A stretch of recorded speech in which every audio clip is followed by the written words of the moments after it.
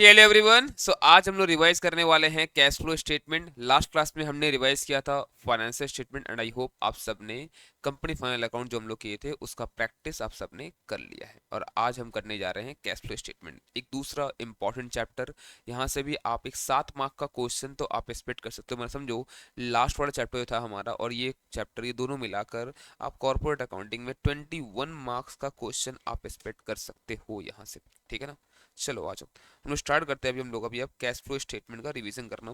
सबसे पहले समझो कैश फ्लो स्टेटमेंट हमें बनाना ही क्यों है ना। हम लोग तो फाइनेंशियल स्टेटमेंट सब बना रहे थे। हम लोग बताए कितना प्रॉफिट आ रहा, लॉस आ रहा, बैलेंस शीट सब कुछ हम लोग दिखा दिए। तो फिर अब ये कैश फ्लो स्टेटमेंट क्यों।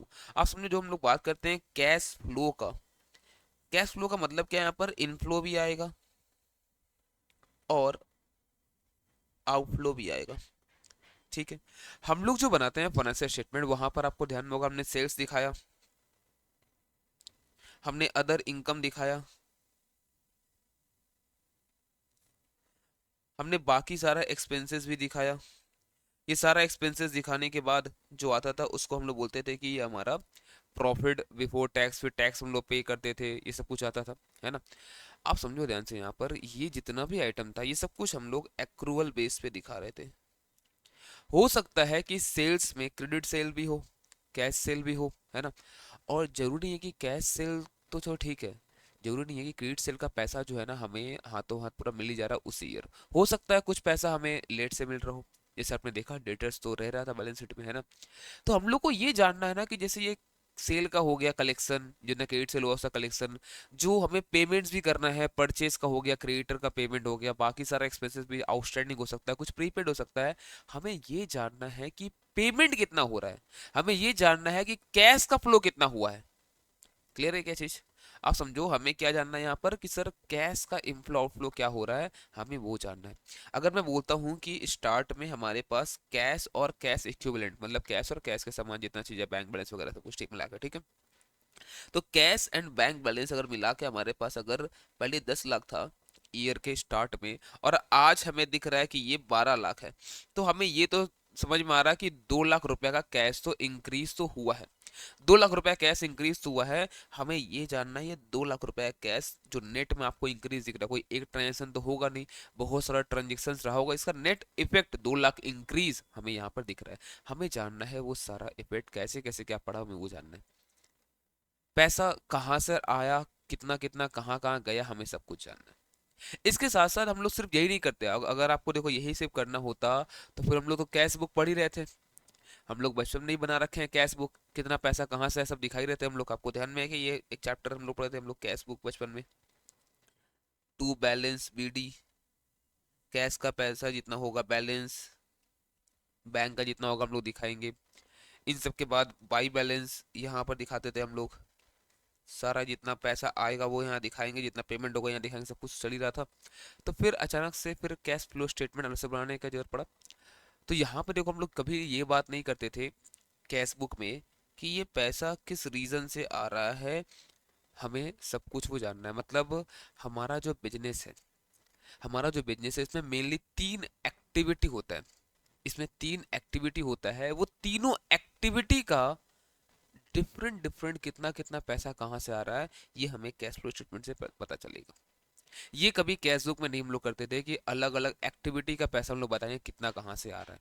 तो यहाँ पे क्या होगा, वो 3 एक्टिविटी जो हमारा है, हमें हर एक एक्टिविटी से कितना पैसा कहाँ से आ रहा है और कितना पैसा कहाँ इन्वेस्ट हो रहा है, हमें ये जानना है। तो वो 3 एक्टिविटी क्या है, तो वो 3 बिजनेस एक्टिविटी क्या क्या होता है देखो।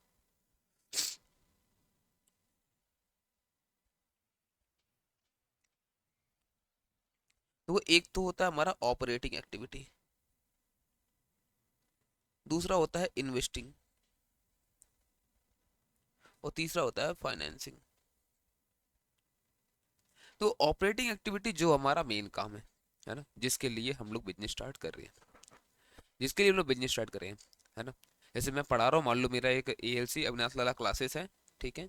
इसका ऑपरेटिंग एक्टिविटी क्या होगा, क्लासेस लेना, पढ़ाना, बुक्स जो सेल होता है हमारा वो, ये सब हमारा ऑपरेटिंग नेचर का काम है। तो ये हमारा ऑपरेटिंग एक्टिविटी है। बट एक बात बताओ, आप क्या ऑपरेटिंग एक्टिविटी कर सकते हो ढंग से जब तक आप कुछ इन्वेस्टमेंट नहीं करो।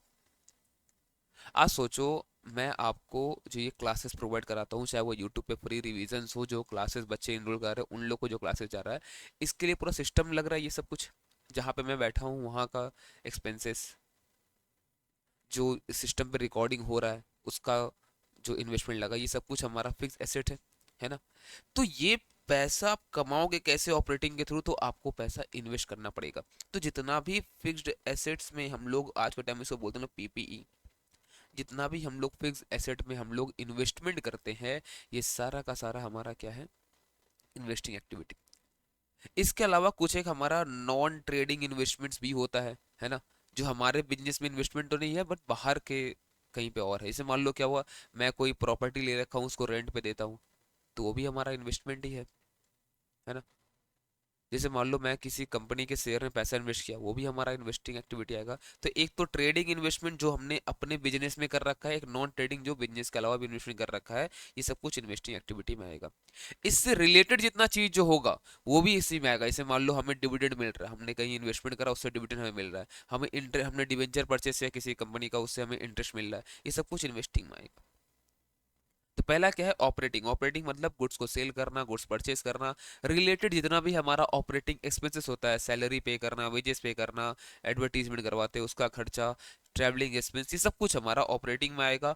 अब ऑपरेटिंग को प्रॉपरली हम लोग कर सके अच्छे से, उसके लिए हमें करना पड़ता है इन्वेस्टमेंट। तो हमारा जितना भी ट्रेडिंग इन्वेस्टमेंट हो, साथ ही साथ जितना हमारा नॉन ट्रेडिंग इन्वेस्टमेंट आ रहा है, वो भी हमारा इन्वेस्टिंग एक्टिविटी में आएगा। अब बात ये आता है, ठीक है सर चलो समझ में आ गया हम लोग को ऑपरेटिंग में क्या आएगा, समझ में हम लोग आ गए इन्वेस्टिंग में क्या आएगा, फाइनेंसिंग क्या होता है। आप समझो आपको इन्वेस्टिंग एक्टिविटी परफॉर्म करना मतलब अच्छे से करना पड़ेगा ताकि आप ऑपरेटिंग अच्छे से कर पाओ। इन्वेस्टिंग एक्टिविटी में जो आप पैसा जो आप लगा रहे हो, यहाँ पर मान लो आपको लग गया पूरा 20 लाख रुपए, ये पैसा आपके पास आया कहाँ से, फाइनेंस कौन कर रहा है आपको ये पैसा, आपको पास में मेरा, इधर देखो आपका खुद का पैसा होगा, अगर खुद का होगा तो फिर आप बोलो कैपिटल है हमारा, और नहीं तो सर उधार लिया, और क्या होगा। अगर आपका खुद का पैसा नहीं है तो आपने उधार लिया है, लोन लिया है।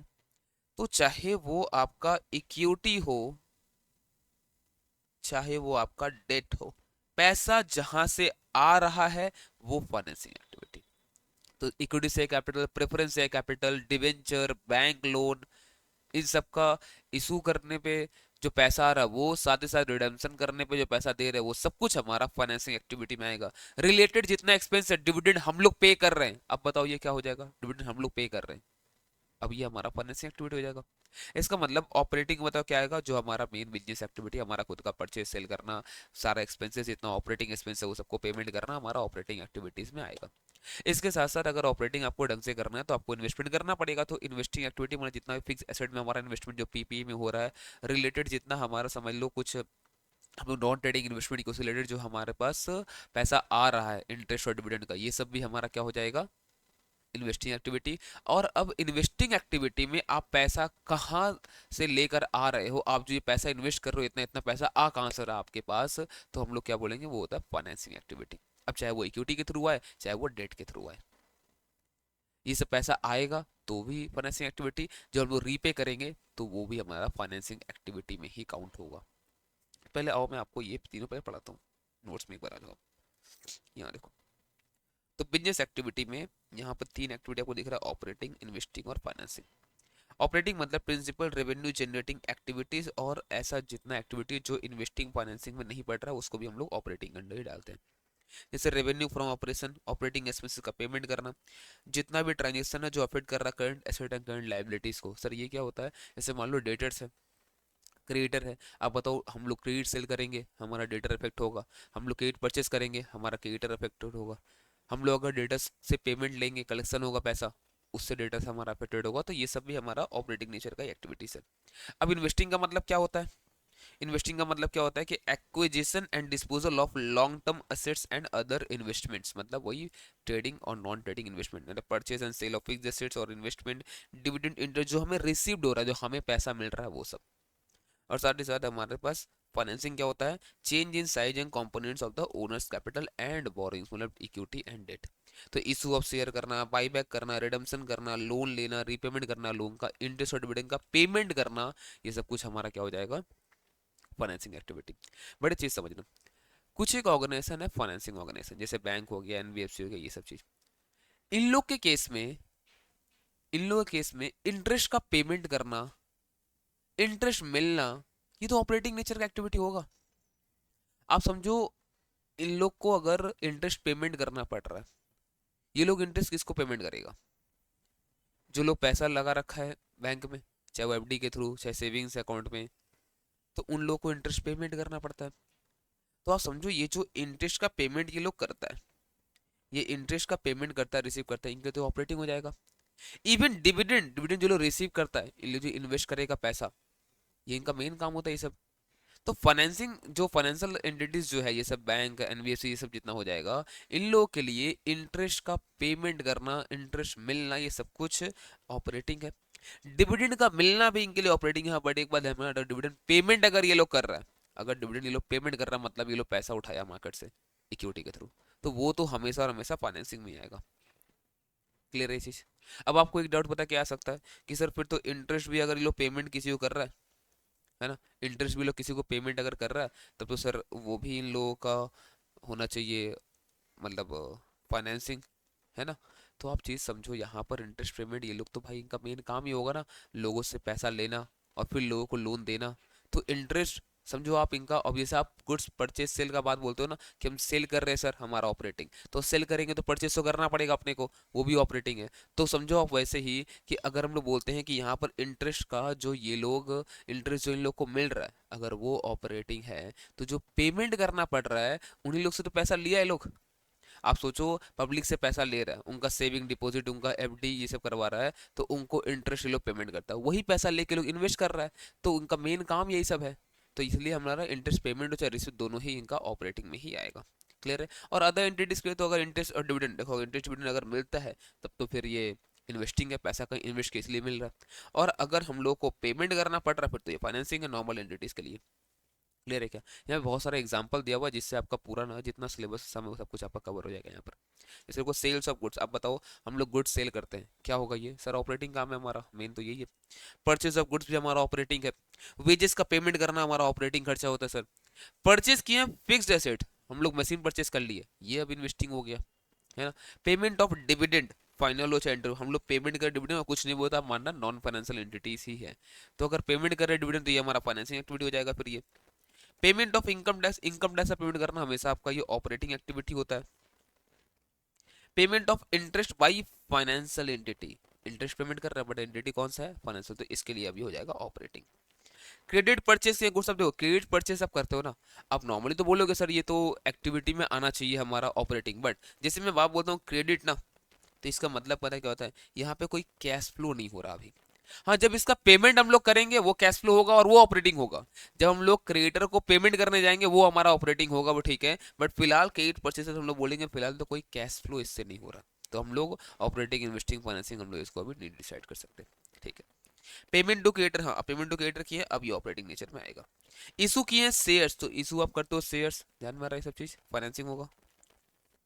इंटरेस्ट ऑन डिवेंचर रिसीव्ड, आप देखो डिवेंचर पे इंटरेस्ट आपको मिल रहा है, मतलब आपने कहीं पे इन्वेस्टमेंट किया है। अगर आपने कहीं पे इन्वेस्टमेंट किया तब तो आपको मिल रहा है इंटरेस्ट यहाँ पर, तो ये हो गया आपका इन्वेस्टिंग। फिर उसके बाद सेल किया फर्नीचर, इन्वेस्टिंग, एसेट सेल किया आपने। Capital gain tax on building, normal हम लोग बोलेंगे अगर कोई टैक्स हुआ, इनकम टैक्स हुआ, कैसा होगा? वो हमारा ऑपरेटिंग नेचर का होगा। बट आपको दिख रहा है साहब साहब, ये कैपिटल गेन टैक्स है ऑन सेल ऑफ बिल्डिंग, मतलब बिल्डिंग सेल किया होगा उस पे इन लोग को मिल रहा है, तो ऑब्वियस बात है ये हमारा इन्वेस्टिंग में चला जाएगा। रीपेमेंट कर रहे हैं, लोन, लोन लेना, इन्वेस्टिंग की फाइनेंसिंग क्या होता है सर बताओ? सर लोन ले रहे हैं सर, हमारा डेट बढ़ रहा है, हाँ तो फाइनेंसिंग हो गया। तो इसका रीपे करेंगे वो क्या होगा? वो भी हमारा फाइनेंसिंग है। Government grant receive for capital project, आपको कैपिटल प्रोजेक्ट के लिए कोई गवर्नमेंट ग्रांट मिल रहा है, मतलब इस बार आपको गवर्नमेंट फाइनेंस कर रहा है, तो ये आपका फाइनेंसिंग एक्टिविटी में आएगा। इशू ऑफ बोनस शेयर, इससे कोई भी कैश फ्लो हमारा नहीं होता, हमें पैसा मिलता नहीं, हम लोग अपने रिजर्व को कैपिटलाइज करते हैं। ठीक है? इशू ऑफ राइट शेयर, यहाँ पैसा मिलता है, ठीक है, पब्लिक को जिस प्राइस देते हैं उससे थोड़ा सा कम पे देते हैं अपने एग्जिस्टिंग शेयर होल्डर को, बट पैसा मिलता तो है, तो ये भी हमारा फाइनेंसिंग में आएगा। इंटरेस्ट रिसीव किए हैं and advances given to supplier, अब देखो आपको इंटरेस्ट तो मिल रहा है, बट किस बिहाफ पे मिल रहा है? आपने एडवांस दिया सप्लायर को, अब एडवांस पेमेंट करना सप्लायर को, ये हमारा ऑपरेटिंग काम है कि हम लोग उससे गुड्स लेंगे। ठीक है? तो उस पर अगर इंटरेस्ट मिल रहा है तो वो भी हमारा ऑपरेटिंग नेचर में ही जाएगा। ठीक है? ठीक है ना। परचेस किए गुडविल, नॉर्मल हमारा गुडविल अगर है तो हम लोग बोलते हैं क्या कि देखो सेल्फ जनरेटेड तो हम लोग लिख नहीं सकते, बुक में अलाउड ही नहीं है, लेकिन परचेस गुडविल लिखना अलाउड है। और परचेस करते गुडविल मतलब देखो हम लोग गुडविल डायरेक्ट कहीं से परचेस तो करेंगे नहीं, हम लोग कहीं पैसा इन्वेस्ट किए होंगे, और हो सकता है जो इन्वेस्टमेंट हुआ है ना उसमें हमारा नेट एसेट अपने को मिल रहा है 10 लाख, और वहाँ पे इन्वेस्टिंग किया है 11 लाख, तो हम लोग क्या बोलेंगे 1 लाख का हमारा गुडविल है, तो ये इन्वेस्टिंग एक्टिविटी में आता है। अंडर राइटिंग कमीशन आपने पे किया, अंडर राइटिंग हम लोग पढ़ के, अंडर राइटिंग कमीशन किस लिए दिया जाता है याद है कि आपको, शेयर्स इशू करने के लिए, है ना, शेयर्स डिवेंचर इशू करने के लिए, तो हम लोग बोलते हैं ये हमारा फाइनेंसिंग में आएगा ये भी। ब्रोकरेज और commission, brokerage paid of purchase of investment, देखो इन्वेस्टमेंट करना इन्वेस्टिंग एक्टिविटी, उस पे ब्रोकरेज और कमीशन पे करना वो भी हमारा इन्वेस्टिंग एक्टिविटी में ही जाएगा। रेंट रिसीव हुआ from property held as investment, ये भी हमारा क्या इन्वेस्टिंग एक्टिविटी आएगा। नॉन ट्रेडिंग इन्वेस्टमेंट है हमारा, हम बाहर कहीं प्रॉपर्टी लेके रखे वहां से हम लोग को पैसा आ रहा है, ठीक है। Refund of income tax received, अब अगर आप इनकम टैक्स का पेमेंट करते हो तो वो क्या हो जाएगा ऑपरेटिंग, तो अगर रिफंड भी है तो वो क्या हो जाएगा वो भी हमारा ऑपरेटिंग।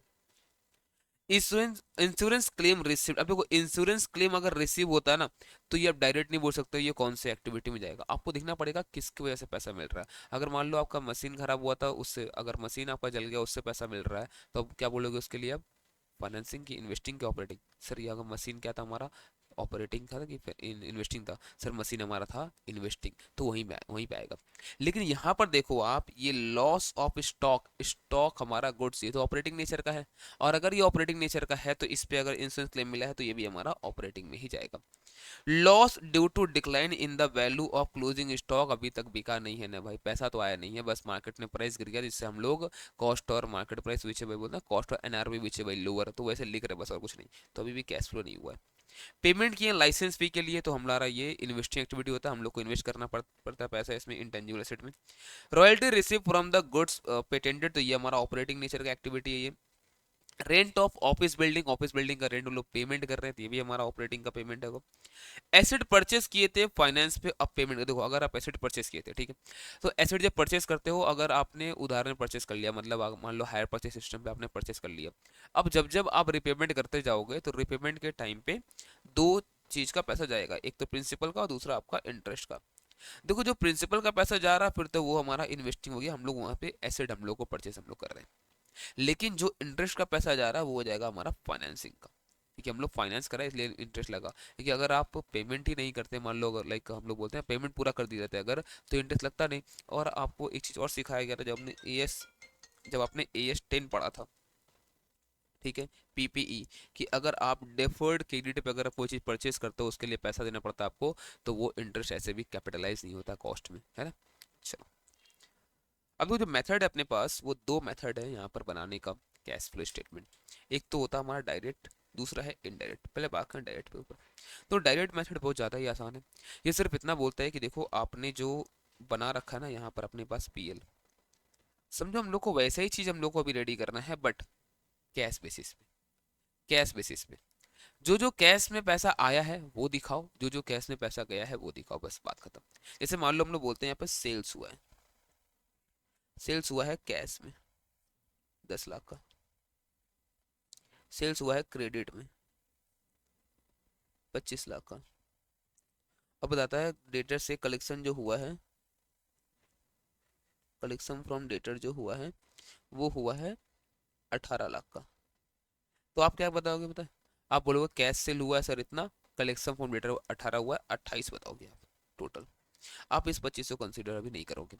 मतलब बोलने का बस ये साफ साफ है कि आपने जो देखा ऑपरेटिंग में जाएगा ऑपरेटिंग में डालो, इन्वेस्टिंग में जाएगा इन्वेस्टिंग में डालो, फाइनेंसिंग में जाएगा फाइनेंसिंग में डालो, बट सिर्फ और सिर्फ कैश नेचर का चीज, जो कैश में मिला है या हम लोग पेमेंट किए हैं, आउटस्टैंडिंग है हम लोग अभी नहीं बताएंगे। जैसे मान लो मैं बोलता हूँ कि खर्चा देखो टोटल 10,000 था, बट इसमें अभी आउटस्टैंडिंग 1,000, मतलब 9,000 का ही पेमेंट हुआ है। अगर खर्चा टोटल 10,000 है और अभी खैर बाकी पेमेंट करना, तो 9,000 पेमेंट हुआ, आप वही दिखाओ, ठीक है। और ये काम करते हैं हम लोग, सम्स करते हैं कुछ कुछ एक सम्स हम लोग करते हैं। और सबसे पहला ना, ये देखो जून 24 में अभी एक सम आया था डायरेक्ट एक्टिविटी पे ही, मतलब वो डायरेक्ट मेथड पे ही।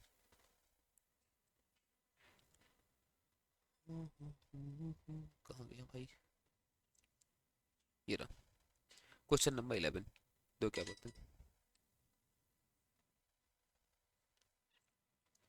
From the following summary of cash account of Excel Pharma Limited for the year ended 31st March 24, calculate cash flow from operating activities using direct method। तो आपको यहाँ पर ऑपरेटिंग एक्टिविटी का निकालना है, फिर बोलना है कैश फ्लो स्टेटमेंट भी बना दो। चलो पूरा बना देंगे, क्या दिक्कत है। उधर क्या देखो, यहाँ पर बैलेंस बीडी अपने पास स्टार्ट में है 2.5 लाख और आपको एंड में दिख रहा है कितना, 2,62,000। मतलब नेट में जो चेंजेस होगा वो 12,000 का तो होगा, बट कोई एक ट्रांजेक्शन तो होगा नहीं, इसमें बहुत कुछ होगा। और चेक करते हम लोग क्या बोलते हैं। उधर देखो कैश सेल हुआ है हमारे पास 3 लाख का, तो ये ऑपरेटिंग में जाएगा। ट्रेड रिसीवेबल्स है 3,20,000, मतलब यहाँ से कलेक्शन अपने को हुआ, ये भी हमारा ऑपरेटिंग नेचर का ही है। इंटरेस्ट और डिविडेंड ये डेबिट में, मतलब पैसा यहाँ पर रिसीव हुआ है, तो ये हमारा इन्वेस्टिंग नेचर का होगा। बैंक का लोन, अब देख रहे हैं बैंक से लोन हम लोग को यहाँ पे मिला है, तो ये हमारा फाइनेंसिंग का है। सेल किए हैं इन्वेस्टमेंट, ये भी हमारा इन्वेस्टिंग नेचर का है। और ट्रेड कमीशन मिला है, तो ये हमारा ऑपरेटिंग नेचर का ही है। अब आप पेमेंट लिखते हैं क्या क्या है। कैश का परचेज हुआ है, कैश परचेज हुआ है, यहाँ पर ट्रेड पेबल हुआ है, रेंट का पेमेंट हुआ है, एडमिन एक्सपेंस, ये चारों का चारों हमारा ऑपरेटिंग नेचर का ही है। इनकम टैक्स भी ऑपरेटिंग है, बट इसको अलग से शो करना पड़ता है, कैसे बताऊंगा मैं अभी। इन्वेस्टमेंट हम लोग परचेज किए यहाँ पर, इसका मतलब यहाँ पेमेंट में दिखा रहा, तो इन्वेस्टिंग एक्टिविटी है ये। रीपेमेंट किए हैं हम लोग लोन का, तो ये फाइनेंसिंग में जाएगा। इंटरेस्ट ऑन बैंक लोन हम लोग पे किए, तो ये भी फाइनेंसिंग में जाएगा। ठीक है, अब कैसे क्या दिखाना है, तो स्टार्ट करेंगे हम लोग ऑपरेटिंग एक्टिविटी में। सेल हुआ है तो कैश सेल ये 3 लाख, फिर ट्रेड रिसीव से कलेक्शन हुआ यहाँ पर 3,20,000, और ये टोटल अब 6,20,000 हम लोग को हुआ, और यहाँ पे 80,000 ये, तो 7 लाख का टोटल हमारे पास पैसा यहाँ पर ये आया है। और पेमेंट क्या क्या हुआ है, पेमेंट हुआ ऑपरेटिंग में 2,60,000, 2,88,000, 1 लाख, और यहाँ पर 50,000, ये सब पेमेंट हुआ है। ठीक है, तो हम लोग सारा पेमेंट दिखा देंगे हम लोग। ये सारा पेमेंट दिखाने के बाद आपको 2,000 बच रहा है, इसको हम लोग बोलते हैं कैश जनरेटेड फ्रॉम ऑपरेशन। अब लेस करते हैं हम लोग यहाँ से इनकम टैक्स से कितना पेमेंट हुआ है, तो इससे दिख रहा है हम लोग को नेट में, देखो आपका आउटफ्लो हो गया है 58 का ऑपरेटिंग से। और चेक करते हैं इन्वेस्टिंग का क्या हाल है। तो इन्वेस्टिंग में हम लोग इन्वेस्टमेंट सेल किए हैं 1,60,000 का, और 4,000 का डिविडेंड इंटरेस्ट हम लोग को मिला है, तो टोटल आया तो है अपने पास 1,64,000। बट कुछ गया भी है, क्योंकि हम लोग इन्वेस्टमेंट किए हैं 1,80,000, तो इसमें अभी हम लोग क्या दिख रहा है कि 16,000 का आउटफ्लो तो यहाँ भी हो गया है। अब चेक करना पड़ेगा फाइनेंसिंग, वहाँ पक्का कुछ पैसा आया होगा, तभी तो नेट में इंक्रीज हुआ है। और चेक करते हैं क्या क्या है। बैंक से लोन मिला है 3 लाख, ये रुपया आया होगा अपने पास, और कुछ यहाँ आया हुआ नहीं दिख रहा अपने को। ठीक है, यहाँ चेक करते आओ। रीपेमेंट किए हैं बैंक लोन का 2 लाख रुपया, 14,000 इंटरेस्ट, टोटल कितना दिया हम लोग, 2,14,000, और 3 लाख हम लोग के पास आया था, मतलब नेट में 86,000 हमारे पास यहाँ पर आया होगा। ठीक है, अब और थोड़ा नेट करते हैं कितना क्या है। तो 58 तो देखो हमारे पास से चला गया, 58 हमारे पास से चला गया यहाँ पर, 16 और चला गया हमारे पास से, और यहाँ पर 86 आया है। तो नेट में देख रहा 12,000 का इंक्रीज हुआ है, ओपनिंग था 250, तो नेट अब क्लोजिंग यहाँ पे दिख जाएगा। क्लियर है क्या। ये एक 7 मार्क का सम आपको पूछा हुआ है जून 24 में। दूर कितना आसान है जिंदगी, है ना। चलो यहाँ क्वेश्चन नंबर 12। ये question December 17 and June 23 2022 syllabus में 8 मार्क का पूछा हुआ क्वेश्चन है, और देखते हैं क्या। On the basis of following informations provided by X Limited, prepare a cash flow statement for the year ended 31st March 17. X Limited sold all the goods for cash only, तो ये देखो साफ साफ बता दिया, क्रेडिट सेल अपने पास है ही नहीं, जो है सबका सब कैश सेल है। ठीक है, परचेज किए हैं गुड्स हम लोग इन क्रेडिट ओनली। ठीक है, तो यहाँ पर मतलब क्रेडिटर का पेमेंट आएगा, हम लोग कैश परचेज करते ही नहीं है। Company earned a gross profit of 4 lakh with a gross profit ratio of 25%। आप समझो इन लोग का जीपी है 4 लाख, जबकि जीपी रेट है 25%, तो 4 लाख डिवाइड बाई 25% अगर करते हो अगर आप, तो 16 लाख रुपया, ये तो हमारा हो गया सेल। और 4 लाख का जीपी हटाओगे तो सीओजीएस कितना आ गया, cost of good sold, 12 lakh. तो हम लोग को सेल्स हम लोग को मिल चुका है। ठीक है, फिर बोलता है closing inventory was higher than the opening inventory 20,000, मतलब ओपनिंग, ठीक है, माइनस क्लोजिंग अगर आप करते हो, closing inventory was higher than the opening, तो ओपनिंग माइनस क्लोजिंग अगर आप करते हो, तो यहाँ पर 20,000 रुपया माइनस में आएगा। कितना हम लोग को नहीं पता, सीधे बोल दिया closing inventory was higher than the opening. तो मान लो अगर, मान लो क्लोजिंग अगर 1 लाख होगा, तो ये 80,000 रहा होगा, और अगर आप माइनस करोगे ओपनिंग माइनस क्लोजिंग, तो ये 20,000 आएगा। याद है आपको, चेंज इन इन्वेंट्रीज हम लोग करते थे फाइनेंशियल स्टेटमेंट में। कंपनी पे किया है 4.5 lakh as wages and 90,000 as office expense, ये दोनों ही ऑपरेटिंग का खर्चा है। ठीक है। एक हमारा COGS लेने में काउंट होगा 4.5 लाख, क्योंकि ये डायरेक्ट एक्सपेंस है। अब देखो आपको कहीं से ना यहाँ पे परचेस निकालने का रास्ता अभी तक दिख नहीं रहा आपको, ठीक है। फिर बोल रहा है बैलेंस है सप्लायर्स अकाउंट का वो higher than the balance on initial, मतलब जो ओपनिंग आपका बैलेंस था ना वो आपका हायर था क्लोजिंग बैलेंस से। अब इससे हम लोग और निकाल पाएंगे हम लोग क्लोज, हमारे पास परचेस कितना क्या हुआ है, ठीक है ना। तो परचेस कितना क्या हुआ और पेमेंट कितना, वो दोनों निकाल पाएंगे। देखो अब यहाँ ध्यान से आपको दिख रहा है COGS कितना है, वो है 12 लाख, क्योंकि 16 लाख का हमारा नेट सेल है और उसमें 4 लाख का उसमें प्रॉफिट है, ठीक है। तो 12 लाख का क्या होगा हमारा यहाँ पर COGS है, ठीक है सर। COGS कैसे आता है, opening stock plus purchase plus direct expense minus closing stock equal to 12 lakh. तो ओपनिंग स्टॉक माइनस क्लोजिंग ये हम लोग को पता है, यहाँ पर -20 ये आएगा, ठीक है। उसके बाद परचेस नहीं पता, डायरेक्ट एक्सपेंस में वेजेस है आपके पास 4.5 लाख का, 12 लाख, ठीक है। तो अब आप चेक करो, अगर -20 ये प्लस 4.5 लाख मतलब 4 लाख 30, तो परचेस इक्वल टू 12 लाख। और ये जब इस तरफ आएगा, ठीक है, यहाँ जब लेकर इसको आ गया -4 लाख 30 हो जाएगा फिर ये। तो 12 लाख -4 लाख 30 ये आ रहा 7,70,000 रुपया। तो 7,70,000 हमारा यहाँ पर परचेज है, ये इतना परचेज हुआ है। अब क्रिएटर को पेमेंट कितना हुआ है तो वो कैसे निकालेंगे हम लोग, अब समझो यहाँ पर बोलता है जो भी ये क्रिएटर का अमाउंट हम लोग को नहीं पता कितना है, बट अगर मान लो यहाँ पर 1 लाख है तो यहाँ पे कितना होगा 70 होगा, हायर था ना 30,000 रुपया ओपनिंग बैलेंस, ठीक है। परचेज कितना हुआ है सर, परचेज हुआ 7,70,000। तो 7,70,000 अगर परचेज है, मैं बोल दूं क्या 8 लाख का पेमेंट रहा होगा टू बैंक। क्रिएटर अकाउंट अगर बनाओगे आप, बाई बैलेंस BD या टू बैलेंस CD, और ये अगर परचेज दिखाओगे तो आपको दिख जाएगा यहाँ पे कितना है। तो इससे आसान तरीका पता है क्या है, सीधा बोलो 7,70,000 का परचेज प्लस 30,000, आप डायरेक्ट वैसे भी कर सकते हो, ठीक है ना। चलो देखते हैं। तो यहाँ पर सेल कितना होगा, अपना सेल होगा 16 लाख का, ठीक है। 8 लाख का पेमेंट होगा सप्लायर को, कैसे आया यहाँ पर नोट दिया हुआ, आप इसको रेफर कर सकते हो, ठीक है।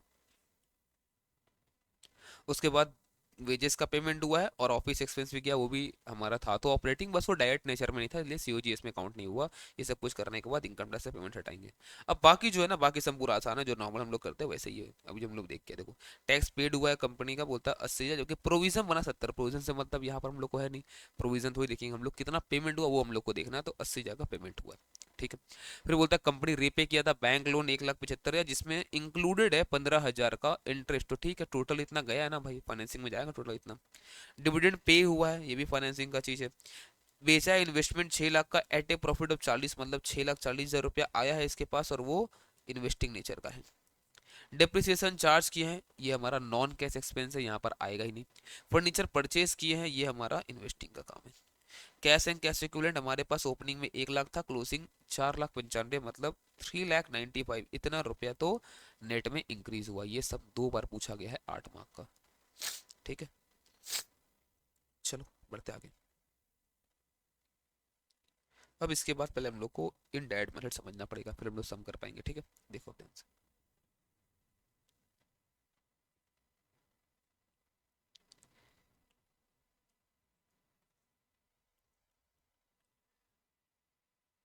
इनडायरेक्ट मेथड समझो। अभी हम लोग क्या किए, अभी हम लोग बोले कि जितना भी आपके पास पैसा आया है डायरेक्ट आप वही दिखा दो, है ना। जितना आया जितना गया नेट करके दिखा दो, तो आपका लिख जाएगा कितना नेट में इंक्रीज हुआ है cash and cash equivalent during the year. आपको अदर कोई चीज कंसीडर ही नहीं करना है, आसान था जिंदगी। बट अब पता क्या बोलते हैं, देखो आप ऐसे डायरेक्ट नहीं कर सकते हो। आप स्टार्ट करोगे पता कहाँ से, आप स्टार्ट करोगे नेट प्रॉफिट से। इनडायरेक्ट मेथड का मतलब यहाँ पे क्या है, आप नेट प्रॉफिट बताओ कितना है, तो सर नेट प्रॉफिट मान लो हमारा 18 लाख रुपया था। आप यहां से स्टार्ट करो और फिर बताओ हमारा कैश फ्लो कितना हुआ है, from operating, from investing, from financing. अब दिक्कत देखो यहाँ पर यह आएगा, जब हम लोग PL बनाते हैं तो PL बनाते वक्त आप ये नहीं देखते हो कि कौन सा खर्चा ऑपरेटिंग है, कौन सा इन्वेस्टिंग, कौन सा फाइनेंसिंग। आप जो खर्चा जिस हेड में बताया गया, जैसे हमारे पास जब आप कर रहे थे वहां पर क्या क्या आया था बताओ। इनकम था, एक्सपेंसेस था। इनकम में यहाँ पर दो चीज था, सेल्स और जो रेवेन्यू फ्रॉम ऑपरेशन और अदर इनकम, ये ना था मतलब जिसको हम बोलते हैं रेवेन्यू फ्रॉम ऑपरेशन। और एक्सपेंस में यहाँ पर आपको टोटल 7 आपको हेड्स बताया गया था, ठीक है। चलो और भी निकाल दूंगा, और एक है ना, 6 ही हुआ, देखते हैं अगली तो पहले क्या था हमारा, कॉस्ट ऑफ मटेरियल कंज्यूम। दूसरा क्या था, कॉस्ट ऑफ परचेस। तीसरा था चेंजेस इन इन्वेंट्रीज। तीसरा था हमारा इम्प्लॉय बेनिफिट एक्सपेंसेस। फिर था हमारा फाइनेंस कॉस्ट। उसके बाद दिखाया हम लोग डेप्रिसिएशन एंड अमोर्टाइजेशन, और इसमें अदर एक्सपेंस। इतना कुछ दिखाया था हम लोग। अब दो कॉस्ट ऑफ मटेरियल छोड़ो फिलहाल इसको भी, ठीक है, मैन्युफैक्चरिंग वाला चीज़ छोड़ो इसको भी। जो कॉस्ट ऑफ परचेज है वो हमारा था ऑपरेटिंग करने से तो था ये। चेंज इन इन्वेंटरीज भी ऑपरेटिंग का है, एम्प्लॉय बेनिफिट एक्सपेंस भी ऑपरेटिंग का है। बट फाइनेंस कॉस्ट जो इंटरेस्ट पेमेंट करते हैं ये किसका है हमारा, ये सब फाइनेंसिंग का है। डिप्रिसिएशन एमोर्टाइजेशन तो कैश आइटम ही नहीं है। अदर एक्सपेंस अगर आप बात करो, इसमें नॉन कैश आइटम भी आ रहा था, कैश आइटम भी आ रहा था, बट जनरली इसमें ऑपरेटिंग का ही चीज था, ठीक है। तो अगर आप नेट प्रॉफिट लेते हो, अगर आप नेट प्रॉफिट लेके अगर आप स्टार्ट करते हो, तो इसमें तो तीनों चीज है। इसमें ऑपरेटिंग का चीज भी है, इसमें इन्वेस्टिंग का चीज भी है, इसमें फाइनेंसिंग का चीज भी है। साथ ही साथ सब में कैश आइटम भी है, प्लस जो नॉन कैश हुआ वो भी रह सकता है। जैसे मान लो आउटस्टैंडिंग एक्सपेंस रह सकता है, प्रीपेड रह सकता है, एक्सेस पेमेंट, है ना। बट हम लोग क्या करते थे, प्रीपेड रहेगा हटा देंगे, आउटस्टैंडिंग रहेगा ऐड कर देंगे, उसी में रखेंगे, याद है ये सब चीज। मतलब नॉर्मली वो तो हम लोग एक्रूअल बेस फॉलो करके आए थे। तो सबसे पहला काम पता है क्या होगा आपको, अगर मुझे क्या चाहिए पता है, मुझे सबसे पहले चाहिए जो 18 लाख आया है, ये net profit during the year है। मुझे चाहिए पहले आप ये बताओ ऑपरेटिंग प्रॉफिट कितना आ रहा है, ऑपरेटिंग प्रॉफिट कितना आ रहा है, पहले आप ये बताओ मुझे। तो पहले आपको एक काम करना पड़ेगा, आपको जितना भी इन्वेस्टिंग का आइटम है आपको रिमूव करना पड़ेगा, आपको जितना भी फाइनेंसिंग आइटम है आपको रिमूव करना पड़ेगा। और जब मैं बोलता हूँ रिमूव करना पड़ेगा मतलब लेस करना पड़ेगा नहीं होता है। जब मैं बोलता हूँ रिमूव करना मतलब लेस करना नहीं होता, रिमूव करने का मतलब है इन सब का इफेक्ट आपको हटाना है, आपको इन सब का इफेक्ट हटाना है। और सोचो अगर ये पर्टिकुलर आइटम अगर पीएल में ना होता तो प्रॉफिट पे क्या असर पड़ता। समझो अगर फाइनेंस कॉस्ट अगर नहीं होता तो प्रॉफिट बढ़ता ना, खर्चा घट जाता। आ समझो अगर यहाँ पे मैं बोलता हूँ कि फाइनेंस कॉस्ट अगर नहीं है तो खर्चा नहीं है, बढ़ेगा प्रॉफिट। सबसे पहला काम क्या करना अपने को, जितना भी इन्वेस्टिंग आइटम है, जितना भी फाइनेंसिंग आइटम है, इन सबको अपने को रिमूव करना है। इन सबको जैसे रिमूव करेंगे फिर बच जाएगा अपने पास ऑपरेटिंग। अब ऑपरेटिंग में भी कुछ एकदम प्योर नॉन कैश है। प्योर नॉन कैश मतलब क्या होगा, डिप्रिसिएशन एमोर्टाइजेशन, प्रोविजंस होगा। अब से provision for income tax, income tax का पेमेंट करना हमारा ऑपरेटिंग नेचर का ही चीज है। बट प्रोविजन बना है ना, पैसा कहाँ गया अभी तक, बात है हमारा। और हम लोग दिखाते हैं ना पीएल में टैक्स एक्सपेंसेस, वो तो प्रोविजन होता है, एक्चुअल पेमेंट तो बाद में होगा। हम लोग किए थे ऐसा सब, हम लोग याद है आपको। तो हम लोग को बस ये चीज चेक करना है कि कितना प्योर एकदम नॉन कैश है। देखो ये प्योर हमारा नॉन कैश है, आपको इसको भी रिमूव करें मतलब आपको प्रॉफिट बढ़ाना पड़ेगा, फिर ये हटेगा तो हम लोग ऐड कर देंगे इसको नेट प्रॉफिट में। अब इसके बाद आपके पास सिर्फ और सिर्फ बच गया है ऑपरेटिंग, सिर्फ और सिर्फ बच गया आपके पास ऑपरेटिंग। हाँ अब ऑपरेटिंग में भी जो सेल्स आया उसमें कैश सेल होगा, उसमें क्रेडिट सेल होगा। उसके बाद जो परचेज है उसमें भी हमारा कैश परचेस होगा, क्रेडिट परचेस होगा। एक्सपेंसेस में आउटस्टैंडिंग भी रहा हो सकता है, प्रीपेड हम लोग दिखाए नहीं होंगे क्योंकि एक्रूअल फॉलो कर रहे हैं। तो हमें उसके बाद एडजस्ट करना पड़ेगा जितना भी चेंजेस है, जितना भी चेंजेस है इन करंट एसेट और करंट लाइबिलिटीज, हमें चेंजेस एडजस्ट करना पड़ेगा related to operating, related to operating activities. अब कैसे क्या करना है एक सम के दो समझेंगे हम लोग। पहले अब मैं आपको थोड़ा सा एक बार नोट्स में दिखाता हूँ, फिर क्या है देखो एक बार। आप देखो आप स्टार्ट कहाँ से करोगे, आप स्टार्ट कहाँ से करोगे, आप करोगे स्टार्ट यहाँ पर इस बार अब नेट प्रॉफिट से, ठीक है। आपने डॉट से यहाँ पे स्टार्ट कर दिए। अब आपको वो सारा आइटम ऐड करना है जो कि आइदर नॉन कैश है, पैसा लगा ही नहीं है, या फिर नॉन ऑपरेटिंग आइटम है, जैसे इन्वेस्टिंग हो गया, फाइनेंसिंग हो गया, ठीक है। तो एकदम नॉन कैश वो पूरा पूरा हटेगा। साथ ही साथ जितना भी नॉन ऑपरेटिंग आइटम है जो कि डेबिट हुआ था पीएल में, डेबिट समझ में आ रहा, जो खर्चा में दिखाया गया था, तो अगर हटेगा तो प्रॉफिट तो बढ़ जाएगा आपका। जैसे डेप्रिसिएशन, प्रोविजन, कोई भी provision, provision for bad debt हो चाहे बाकी कोई प्रोविजन हो, सबका सब प्रोविजन हमारा प्रॉफिट को घटाता है। फाइनेंस कॉस्ट, ये हमारा नॉन कैश तो नहीं है बट ये नॉन ऑपरेटिंग है, फाइनेंसिंग एक्टिविटी की चीज है ये। डिविडेंड का पेमेंट किया चाहे वो इंटेरिम हो चाहे वो फाइनल हो। एमोटाइज किए हम लोग गुडविल को, एमोटाइज किए on discount on issue of debenture को। और ये जो चीज़ है ना यहाँ पर ये लेस में आएगा, ठीक है, यहाँ पे गलती से आया था ये, तो नोट्स किसी के पास है तो चेंज कर लो, पहले यहाँ डालो इसको, ठीक है। कोई हम लोग ट्रांसफर किए हैं पीएल से पैसा रिजर्व में, प्रीमियम और रिडम्पशन ऑफ डिवेंचर हम लोग दे रहे हैं या फिर प्रेफरेंस शेयर पे दे रहे हैं, ये सब कुछ अगर हम लोग पीएल में डाल रखे हैं तो इससे हमारा loss on sale of asset भी, इससे हमारा प्रॉफिट घटा होगा, जो कि हमारा आइदर ऑपरेटिंग नेचर का नहीं है या फिर है भी तो वो कैश नेचर का नहीं है, कैश लगा नहीं उसमें। आप पहले इन सबको ऐड बैक करो। इसके साथ साथ कुछ एक आइटम क्रेडिट भी हुआ होगा। कैसे क्रेडिट हुआ होगा सर? प्रॉफिट हुआ होगा on sale of assets, interest और डिविडेंड आप लोग को मिला होगा, आपने इन्वेस्टमेंट किया, इन्वेस्टिंग एक्टिविटी जाना चाहिए वो, ये सब कुछ हटाने के बाद आपका अब आ जाता है यहाँ पर cash flow from operating activities. But इसमें अभी एडजस्टमेंट करना है, current asset current liability related to operating activities. मतलब ये आपका cash flow from operating activity तो है, but before changes in working capital आपको अभी वो लाना पड़ेगा। मैंने cash flow from operating activity तो ये है, बट अभी वर्किंग कैपिटल का एडजस्टमेंट करना पड़ेगा, उसके बाद ये प्योर आएगा भी।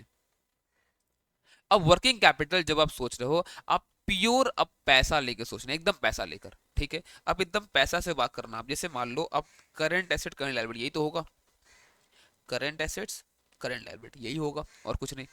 करंट एसेट में भी क्या हो सकता है, इंक्रीज हो सकता है, डिक्रीज हो सकता है। करंट लायबिलिटी क्या होगा, इंक्रीज हो सकता है, डिक्रीज हो सकता है। अगर देखो करंट एसेट अगर इंक्रीज हो रहा है, एसेट अगर बढ़ रहा है आपके पास, आप नॉर्मल सा बात सोचो, अगर आपको एसेट अगर बढ़ रहा है तो पैसा जा रहा होगा। मैं बोलता हूँ मेरे पास मान लो कोई भी एसेट, अगर ये एसेट मेरे पास अगर आ रहा है तो पैसा तो गया होगा ना। तो डेटस अगर बढ़ रहा है हम लोग क्या मानेंगे, पैसा उसमें और लग गया, सही मारा क्या? तो क्या बोलेंगे यहाँ पर, अगर करंट एसेट अगर बढ़ रहा है तो हमारा कैश का ये आउटफ्लो है। अगर एसेट घट रहा है तो पैसा रियलाइज हो रहा है ना, पैसा आ रहा है तो ये हमारा इनफ्लो है। फिर करंट लायबिलिटी की बात करो, अगर लायबिलिटी आपका घट रहा है, लायबिलिटी घट रहा है अगर, मतलब पैसा आप पेमेंट कर रहे हो, रीपे कर रहे हो, तब लायबिलिटी घटेगा ना, तो हम लोग क्या मानेंगे इसको, हम लोग इसको मानेंगे पैसा हमारा आउटफ्लो हो रहा है। और अगर करंट लायबिलिटी बढ़ रहा है, आप क्या मानो कि पैसा सर हमारा यहाँ पर इनफ्लो हो रहा है। अब देखो इसका ना, अब प्रॉपर लॉजिक में आपको यानी नहीं बता सकता कि कैसे ये हो रहा है, ठीक है। ये आपको ध्यान में रखना, इस वजह से होता है। अगर आपको प्रॉपर लॉजिक जानना है ना, तो देखना एक घंटा का शायद वीडियो होगा, मैंने चैनल पे अपलोड कर रखा है, लॉजिक बिहाइंड इनडायरेक्ट मेथड। आपको काम करना, अगर आपको अभी आपको अगर एग्जाम का है बस, तो आप ये ध्यान में रखो ये चीज़, इससे आपका काम तो हो जाएगा, ठीक है। और अगर ऐसा है कि नहीं सर हमें पूरा लॉजिक समझना है इसका, एक घंटा का एक वीडियो अपलोड किया हुआ चैनल पे एक सम के थ्रू, आप उसको देखो, मैं लिंक दे दूंगा डिस्क्रिप्शन में, ठीक है। आप उसको देखो, आपको समझ में आ जाएगा, है ना। और कुछ एक सम हम लोग करते हैं इसको लेकर अभी, एक मिनट।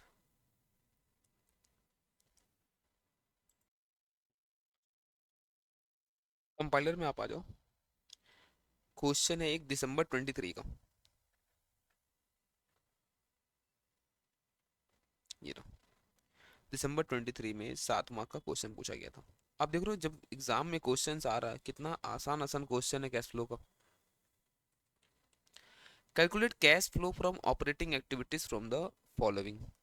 वो था नेट प्रॉफिट बिफोर टैक्स, इनके पास जो है ये 6,80,000 है। अब बोलता है ये सब आइटम्स कंसीडर्ड हुआ था in determining net profit. Interest on long term borrowing, अब एक बात बताओ आप, यहाँ बताओ आप कि जो ये interest on long term borrowings है, ये ऑपरेटिंग है? नहीं सर, ये तो फाइनेंसिंग का चीज़ है। अब ये फाइनेंसिंग का है, इसका मतलब ये डिडक्ट हुआ होगा हमारे इनकम से, मतलब प्रॉफिट निकालते वक्त उसको लेस तो किए होंगे हम लोग, खर्चा में आया होगा, इसका मतलब ये। तो इसको हम लोग को ऐड बैक करना पड़ेगा ताकि हम लोग प्रॉफिट ठीक कर पाए, मतलब हम लोग फाइनेंसिंग आइटम को रिमूव हम लोग कर सकें। और फिर जब हम लोग बताएंगे cash flow from financing activity, वहां हम लोग डिडक्ट करके दिखा देंगे इसको। फिर डेप्रिसिएशन एंड अमोर्टाइजेशन, इससे पैसा लगा ही नहीं होगा, तो ये तो ऐड बैक तो होगा, बट फिर ये उसके बाद कहीं जाएगा नहीं। जैसे ये देखो अब ऐड बैक हुआ तो ये जाएगा ना फिर फाइनेंसिंग में, ये फिर कहीं जाएगा नहीं क्योंकि ये नॉन कैश आइटम था। ट्रांसफर किए रिजर्व में, इससे हमारा कोई भी नॉन कैश मतलब ये सब कोई कैश तो लगता नहीं, सब नॉन कैश एक्टिविटी ये सब, तो इससे भी हमारा यहाँ पर प्रॉफिट घटा होगा, बढ़ा देते हैं। Gain on sale of machinery, अब देखो ये है तो इन्वेस्टिंग, यहाँ पे नहीं आना चाहिए, और ये गेन हुआ मतलब प्रॉफिट हमारा बढ़ गया होगा, इसको घटा देंगे हम लोग 60,000। ठीक है, तो अब पहले बताओ आप मुझे, ऑपरेटिंग जो हमारा एक्टिविटी है before changes in working capital जो कैश फ्लो है उसके, उसका कितना क्या है देखो यहाँ पर। तो 680 प्लस 80,000 रुपया, प्लस 170 और एक ये प्लस 270 कर लो, माइनस ये 60,000 रुपया। तो before changes in working capital जो है ये 9,70,000 रुपया पहले तो ये आ गया। ठीक, अब आप चेक करो कि करंट एसेट करंट लायबिलिटी में क्या क्या चेंजेस हुआ है।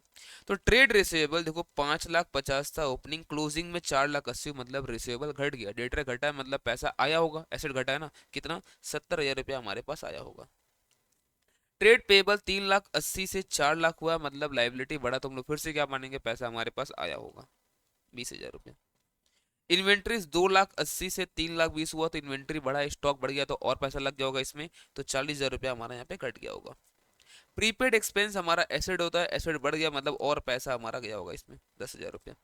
इनकम रिसीव हुआ एडवांस में, ये लाइबिलिटी होता है, तो 10 था और ये 30 हुआ, मतलब 20,000 और आया होगा। अब चेक करो अब कितना रहा नेट यहाँ पर, अब तो 970 था, 9,70,000 प्लस ये 70,000 प्लस 20,000 प्लस ये 20 और माइनस में 40 और 10 माइनस 50,000, तो 10,30,000 रुपया नेट हमारा यहाँ पर लिखना चाहिए। क्लियर है क्या ये चीज, आसान है कि नहीं बताओ, है ना। अब आपको और एक कुछ मैं सम कराता हूँ जहां पर हमारा इनडायरेक्ट एक्टिविटीज का क्वेश्चन है। ये एक एग्जाम में आया वो क्वेश्चन है, क्वेश्चन नंबर 14, बट इसी की तरह और एक क्वेश्चन है वो मैं कराऊंगा अभी। ये रहा क्वेश्चन नंबर 15, ये भी एग्जाम में ही आया हुआ है, जून 18 में 8 मार्क का पूछा हुआ क्वेश्चन है। ठीक है, फिर ऐसा ही क्वेश्चन दिसंबर 21 में पूछा गया था 12 मार्क का, देखो यहाँ पे क्या बोलता है। The following are the summarise balance sheet of ABC limited as on 31 March 16 and 17। तो शेयर कैपिटल इनके पास 4,60,000 था, आज भी 4,60,000 है, रहेगा तो नॉर्मली फाइनेंसिंग, बट कुछ चेंजेस हुआ नहीं इसमें। प्रॉफिट एंड लॉस, अब देखो या तो आपको दिया रहेगा नेट प्रॉफिट कितना हुआ, जैसे इस सब में अपने को दिया था 6,00,000 कुछ अमाउंट था, 6,80,000 रुपया वैसे दिया रहेगा, या फिर आपको ऐसे बता रहेगा प्रॉफिट एंड लॉस का बैलेंस कितना है, पहले 32 था अब 46 हुआ, मतलब हम लोग क्या मानेंगे 16,000 का प्रॉफिट ड्यूरिंग द ईयर हुआ है यहाँ पे। ठीक है, रिजर्व है अपना 1,20,000 का, 1,20,000 मतलब कोई भी ट्रांसफर नहीं हुआ है। 8% डिवेंचर था 1,80,000 का, 1,40,000 हो गया है, इसका मतलब क्या है रीपेमेंट हुआ है, तो फाइनेंसिंग एक्टिविटी में हमारा एक तो आउटफ्लो होगा 40,000 का, साथ ही साथ इस पे इंटरेस्ट भी क्या होगा। अब इंटरेस्ट पेमेंट कितना पे होगा, 1,80,000 पे कि 1,40,000 पे, डिपेंड करता है डिवेंचर कब रिडीम हुआ है, तो आपको नोट्स में बताएगा कब रिडीम हुआ है। आप अगर देखो यहाँ पर इंफॉर्मेशन में अगर आओ तो बोलता है 40,000 जो डिवेंचर था ना वो रिडीम हुआ है by purchase from open market 96 में for a debenture of ₹100 on this date. देख लो आप एंड डेट पे जाके यहाँ पर कैंसलेशन हुआ है हम लोग ओपन मार्केट थ्रू, ठीक है, जो भी है पैसा वापस कब किया गया है एंड डेट पे, मतलब पूरे साल में 1,80,000 पे 8% का इंटरेस्ट लगा होगा, लास्ट में रिडम्पशन हुआ ना, तो 14,400 का तो यहाँ पर इंटरेस्ट लग गया होगा। इसके साथ साथ देखो अब ये बोलता है क्या कि इसको 96 में इसको देखो अब राइट ऑफ किया, मतलब इसको इन लोग कैंसिल किया है, 96 करके खरीदा है इसको, तो इसका मतलब हर एक डिवेंचर पे 40,000 इंटू 4 रुपया, ये कितना हो रहा है 40,000 था ना, 4,000 था, एक मिनट को 40,000 रुपया था ना, हाँ 40,000 रुपया था, तो 400 नंबर ऑफ डिवेंचर रहा होगा ना। आप देखो अगर यहाँ पर ये 40,000 रुपया है तो 100 का डिवेंचर रहा होगा नॉर्मली, है ना, 100 डिवेंचर बताई दिया यहाँ पर, तो 400 डिवेंचर पे 4 रुपये का मतलब 1,600 का फायदा इन लोगों को हुआ होगा। ये फायदा भी कुछ नहीं हुआ तो क्या मानेंगे हम लोग, मान लो पीएल में अगर गया भी होगा तो वो फायदा भी हम लोग यहाँ पर हटाएंगे, क्योंकि वो कैपिटल रिजर्व सब में कहीं पे दिख नहीं रहा है, नॉर्मली कैपिटल रिजर्व में जाना चाहिए पर कहीं दिख नहीं रहा है, तो हम लोग क्या मानेंगे पीएल में गया होगा, तो ये प्रॉफिट को बढ़ाया होगा, आप घटाओ प्रॉफिट को। ठीक है सर, उसके बाद आगे बढ़ते और क्या है, डेप्रिसिएशन फंड 80 था 88 हुआ, कुछ नहीं हुआ तो क्या मानेंगे 8,000 डेप्सन इस बार चार्ज हुआ होगा। ठीक है, बट हो सकता है इसके लिए इन्फॉर्मेशन कुछ दिया हो, आगे बढ़ते हैं। क्रिएटर आउटस्टैंडिंग एक्सपेंस, ये दोनों ही हमारा वर्किंग कैपिटल वाला आइटम है, तो चेंजेस देखना हम लोग को, तो 2,06,000 से 1,92,000 हुआ है चेंजेस, आप बताओ यहाँ पर कितना चेंज हो गया है, 14,000 हो रहा है क्या, यस, तो 14,000 से हमारा क्रिएटर घट गया, मतलब पेमेंट हुआ होगा 14,000। आउटस्टैंडिंग एक्सपेंस 26 से 24 हुआ, ये भी घटा है, मतलब ये भी पेमेंट हुआ होगा 2,000 रुपया, आउटफ्लो होगा ये सब। लैंड एंड बिल्डिंग 3 का 3 लाख है, तो यहाँ पर कुछ भी इन्वेस्टमेंट नहीं हुआ इसमें। मशीनरी 1/4 से 1/40 हुआ, मतलब कुछ तो परचेज हुआ, अभी देख के ही लग रहा है कि 36 है, बट और भी कुछ हो सकता है क्योंकि डेप्रिसिएशन भी तो आएगा ना, एडजस्ट करेंगे उसको भी। ठीक है। इन्वेस्टमेंट हमारा 2,20,000 था, ये हो गया है 1,48,000, मतलब इन्वेस्टमेंट हमारा बिका है 2,20,000 माइनस 1,48,000, तो 72 का बुक वैल्यू, मतलब कैरिंग अमाउंट इतना का बिका। हो सकता है कुछ प्रॉफिट लॉस हुआ हो, चेक करेंगे हम लोग। स्टॉक 1,64,000 से 2,12,000 हुआ है, मतलब कितना बढ़ गया है, ये बढ़ा है 48, तो 48 तो हमारा इसमें और पैसा लग गया, इसका मतलब आउटफ्लो हो गया। 134 से 186, 134 से सॉरी 86, तो ये आ रहा 48, तो 48 हमारा यहाँ पर डेटर घटा है, तो पैसा आया होगा। कैश 180 का 180 है, प्रीपेड एक्सपेंस 2 से 4 हुआ, एसेट बढ़ गया, 2,000 रुपये और गया होगा। अब दो कैश और कुछ कैश इक्विपमेंट तो यहाँ पर है भी नहीं, तो हम लोग क्या मानेंगे पता, नेट जो चेंजेस आएगा वो जीरो आएगा, इसका मतलब एड लेस करके सब कुछ लास्ट में जीरो आना चाहिए। ठीक।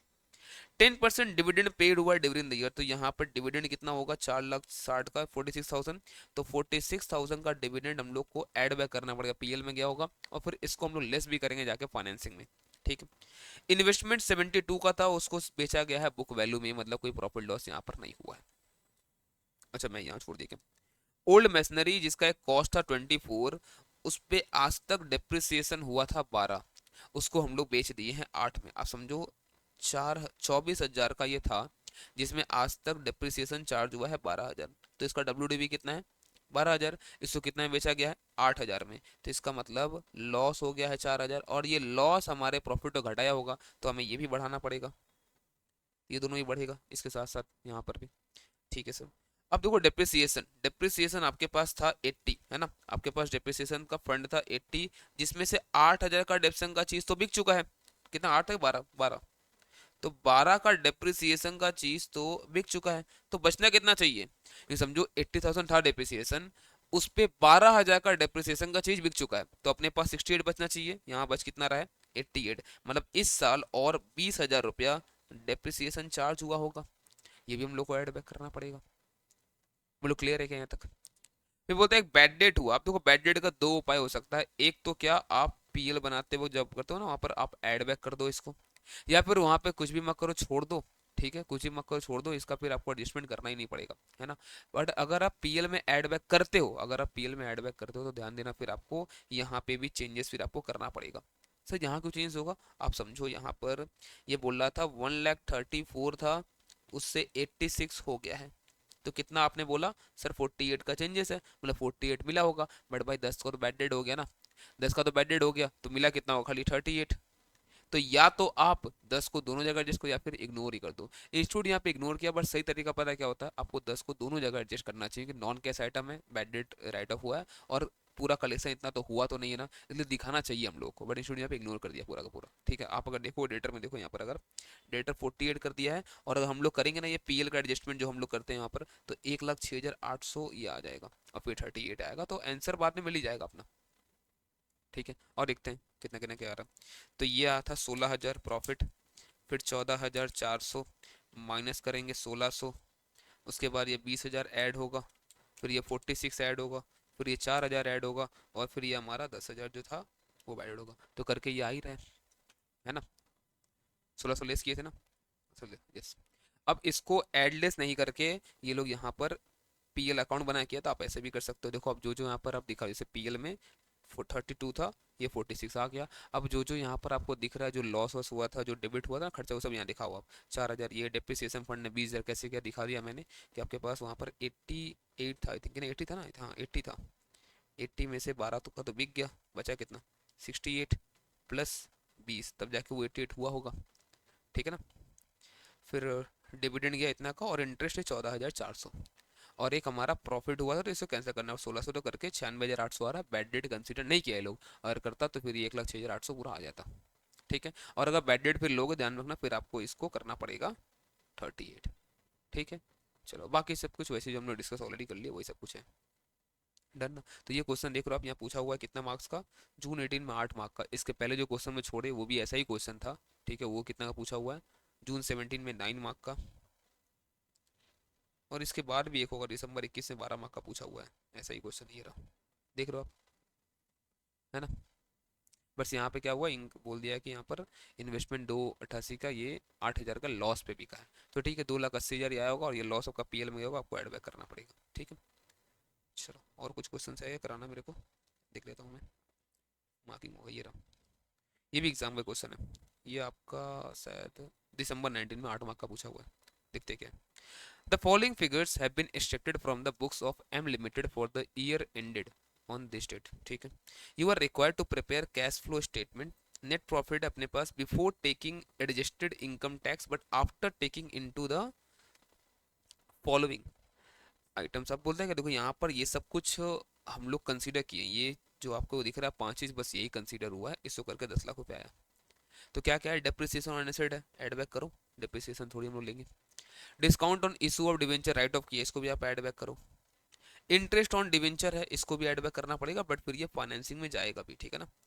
बुक वैल्यू ऑफ इन्वेस्टमेंट 1,50,000 था, बेचा गया है 1,60,000 में, 10,000 का प्रॉफिट लिया होगा, हम लोग को लेस करना पड़ेगा। इंटरेस्ट मिला है इन्वेस्टमेंट पे, तो ये भी इन्वेस्टिंग का है, हम लोग को 30,000 रुपये यहाँ पे लेस करना पड़ेगा। ये सब कुछ करते ही हमारा क्या आ जाएगा, cash flow from operating activities before working capital changes.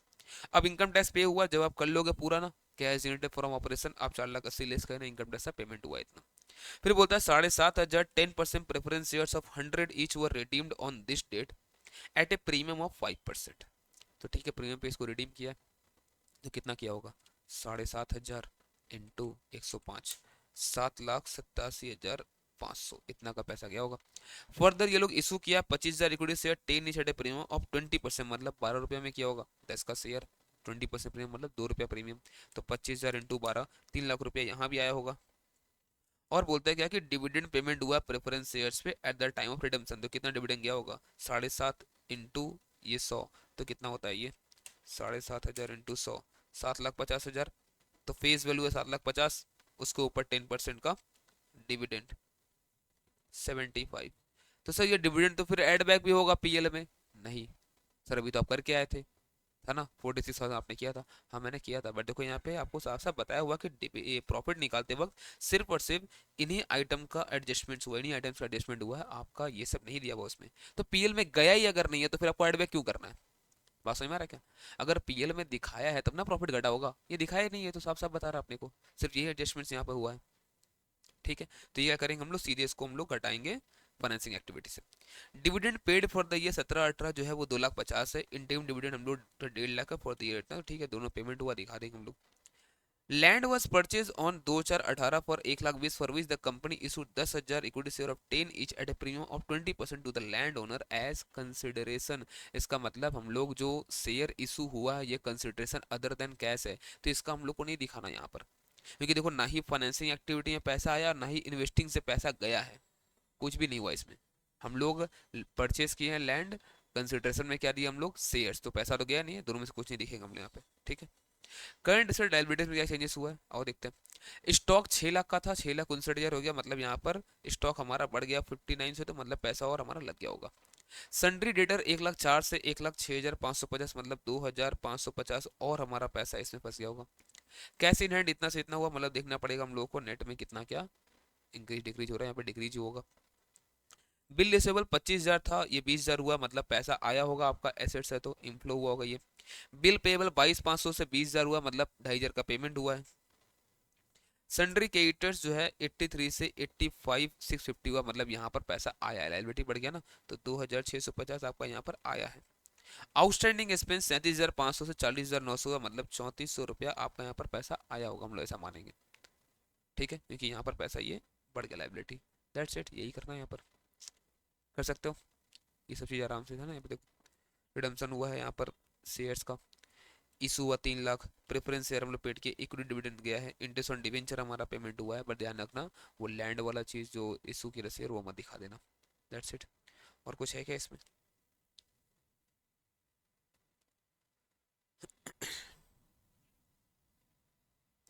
ये बस अब आपका प्रैक्टिस करने का है इसमें, और कुछ नहीं है मेरे बताने लायक। एक क्वेश्चन सिर्फ मैं छोड़ा हूँ ऊपर में, ठीक है, डायरेक्ट मेथड का था, मुझे समझाना है वो।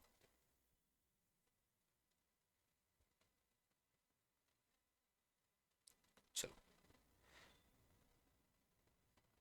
तो यहाँ पर ये क्वेश्चन है, क्वेश्चन नंबर 4, इंपॉर्टेंट क्वेश्चन है। ये जून 23 2016 सिलेबस में आई थिंक पूछा गया था ये। यस, 8 मार्क का क्वेश्चन पूछा गया ये। ठीक है, आपको सिर्फ ऑपरेटिंग एक्टिविटी कितना क्या रहा बताना, सब कुछ देखो सब सही है। इसमें एक जगह बस गड़बड़ है थोड़ा, वो है ये अलाउंस ऑफ बैड डेट, इसके बारे में बात मैं करूंगा। तो मुझे लगा था मैं चलो ये हो सकता है इनसे गलती हुआ होगा, बाद में ठीक कर देगा, हटा देगा ये लोग क्या क्या पता है। फिर से एमटीपी में 2000 आई थिंक 2022 या 23, हाँ 23 का, 2023 का 2022 सिलेबस का एमटीपी में वापस से यही सब पूछ दिया, बस डेटा चेंज कर दिया और इसमें भी सेम वही चीज़ करके रखा। ठीक है, अब बताता हूँ मैं क्या है, चलो बात करते हैं इसके बारे में, देखते हैं क्या है। The following is the summarized income statement of PQR Limited for the year ended 31st March 22। Cell हुआ है 3,25,400 का। इक्विटी बोलता है equity in XYZ limited earning, तो हम लोग को डिविडेंड वगैरह कुछ यहाँ मिला होगा, उसके बारे में बात कर रहा है 12,000 रुपया, बट ये इनकम स्टेटमेंट है, हो सकता है पूरा नहीं भी मिला हो। ठीक है, और सेल इसमें कैश और क्रेडिट दोनों होगा। एक्सपेंसेस में बोलता है COGS है, तो COGS अगर दिया है तो हम लोग परचेस निकाल लेंगे, और परचेस के थ्रू हम लोग क्रेडिटर का पेमेंट भी निकाल सकते हैं। सैलरीज यहाँ पे बोल रहा है 68,800 है, डिप्रिसिएशन है 14,900, इंश्योरेंस है 1,000 का, रिसर्च एंड डेवलपमेंट में खर्चा हुआ है 2,500 रुपया, पेटेंट अमोटाइज हुआ है 1,800 का, इंटरेस्ट का खर्चा है 21,300, बैड डेट हुआ है 4,100। ये बैड डेट है, बस इसी इसी के बारे में बात होगा। ठीक है ना। इनकम टैक्स में हमारे पास करंट टैक्स इतना है, डेफर इतना है, ठीक है, और टोटल एक्सपेंस है हमारा यहाँ पर इतना। ठीक है, वो था 70% of gross revenue from sale were on credit, तो यहाँ पर जो आपको दिख रहा है 3,25,400, 3,25,400 उसका 70% आता है 2,27,780। ठीक है, ये क्रेडिट सेल है, तो बाकी क्या सेल रहा होगा। ठीक है, अब जैसे क्रेडिट सेल में हम लोग कलेक्शन में लोग आएंगे, बट उसके पहले मैं आपको थोड़ा सा बैडेड वाला चीज में समझा दूँ, वो क्या है, वो क्या दिया हुआ समझा दूँ पहले मैं आपको।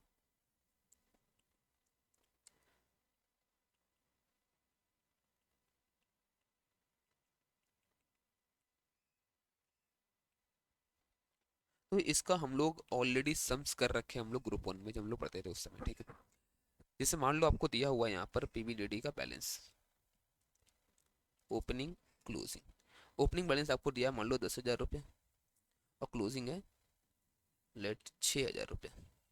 ठीक है, और बोलता है इस साल बैड डेट जो हुआ है वो हुआ है मान लो 7,000 रुपये। आपको बोलता है पीएल में कितना क्या जाएगा बताओ, आप कैसे निकालते थे।